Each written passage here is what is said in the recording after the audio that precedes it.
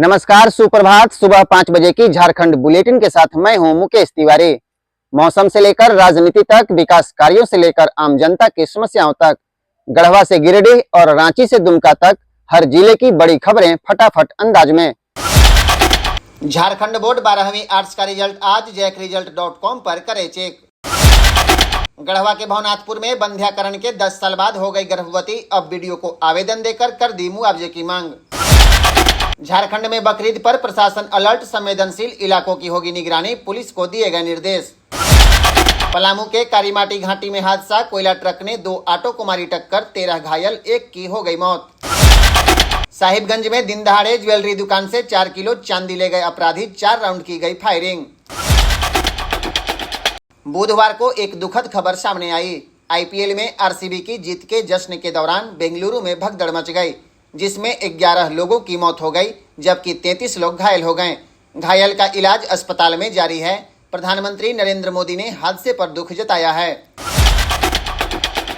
झारखंड की राजधानी रांची में सरना स्थल के पास फ्लाईओवर के रैंप के निर्माण के विरोध में विभिन्न संगठनों के आह्वान पर बुधवार 4 जून को झारखंड बंद का मिला जुला असर दिखा। गुमला जिले में बंद अभूतपूर्व रहा तो सिमडेगा, हजारीबाग और चतरा में बंद का कोई असर नहीं रहा। लोहरदगा जिले में बंद का आंशिक असर देखा गया। बंद के दौरान प्रदर्शनकारियों ने शहरों में कई जगह सड़क को जाम कर दिया। प्रदर्शनकारियों ने राजधानी रांची को हजारीबाग, गुमला और डाल्टनगंज से जोड़ने वाले प्रमुख राजमार्गों को अवरुद्ध कर दिया। राज्य की राजधानी में बंद का प्रभाव देखा गया, लेकिन पड़ोसी जिलों में बहुत ज्यादा असर नहीं रहा। जमशेदपुर में बंद का कोई असर नहीं था। भारत में अगले साल जातीय जनगणना की शुरुआत होगी। यह जनगणना देश भर में 2 फेज में कराई जाएगी। पहाड़ी राज्यों जैसे लद्दाख, जम्मू कश्मीर, उत्तराखंड और हिमाचल प्रदेश में 1 अक्टूबर 2026 से जनगणना शुरू होगी। केंद्रीय गृह मंत्रालय ने बुधवार को ट्वीट कर इसकी जानकारी दी। झारखंड एकेडमिक काउंसिल की ओर से झारखंड बोर्ड 12वीं आर्ट्स का रिजल्ट जारी होने वाला है। रिजल्ट की डेट घोषित हो गई। जारी किए गए नोटिफिकेशन के अनुसार झारखंड बोर्ड 12वीं आर्ट्स का रिजल्ट आज यानी 5 जून 2025 को जारी होगा। झारखंड सरकार की 4 जून को हुई कैबिनेट की बैठक में 1 दर्जन प्रस्तावों को मंजूरी दी गई। मुख्यमंत्री हेमंत सोरेन की अध्यक्षता में हुई कैबिनेट की बैठक में जिन प्रस्तावों को मंजूरी दी गई उसमें पाकुड़ बड़हड़वा मुख्य पथ से पालीगगन पहाड़ी पश्चिम बंगाल बॉर्डर भाया कुसमा फाटक पथ का चौड़ीकरण, मजबूतीकरण एवं पुनर्निर्माण कराने का फैसला शामिल है। इसके अलावा गढ़वा में शहरी जलापूर्ति योजना के लिए 59 करोड़ 71 लाख की स्वीकृति दी गई है। झारखंड सरकार की कैबिनेट ने बुधवार को 12 प्रस्ताव पारित किए, जिनमें नगर विकास और आवास विभाग के ठेकेदारों के लिए झारखंड का जीएसटी रजिस्ट्रेशन अनिवार्य करना और गिग वर्कर्स के कल्याण के लिए बोर्ड का गठन शामिल है। कैबिनेट ने गृह विभाग में कार्यरत चिकित्सकों को स्वास्थ्य विभाग के अधीन करने की स्वीकृति दे दी है। अवैध खनन को रोकने के लिए अब निदेशक, खान और जिला स्तर के अधिकारियों को कार्रवाई और जुर्माना लगाने की शक्ति दी गई है। पहले यह अधिकार केवल राज्य सरकार के पास था। राजकीय कन्या मध्य विद्यालय के 35 सहायक शिक्षकों को फिर से बहाल करने की स्वीकृति दी गई है। इन्हें पहले सेवा से हटाया गया था। इसके अलावा कैबिनेट ने सूचना एवं जनसंपर्क विभाग में पुनर्गठन की स्वीकृति दी है। झारखंड में नए जेल मैनुअल में जेल के सुपरिटेंडेंट के लिए वर्दी को अनिवार्य कर दिया गया। अभी तक कारा सेवा से आने वाले सुपरिटेंडेंट को वर्दी नहीं पहनने का आदेश था। इसके साथ ही नए जेल मैनुअल में सीनियर सुपरिटेंडेंट और डीआईजी का नया पद सृजित किया गया है। यह बदलाव राज्य की सभी जेलों में प्रभावी होगा। भाजपा नेता बाबूलाल मरांडी ने झारखंड बंद पर अपनी प्रतिक्रिया व्यक्त की है। इस संबंध में उन्होंने मुख्यमंत्री हेमंत सोरेन से मामले को सुलझाने की बात कही है।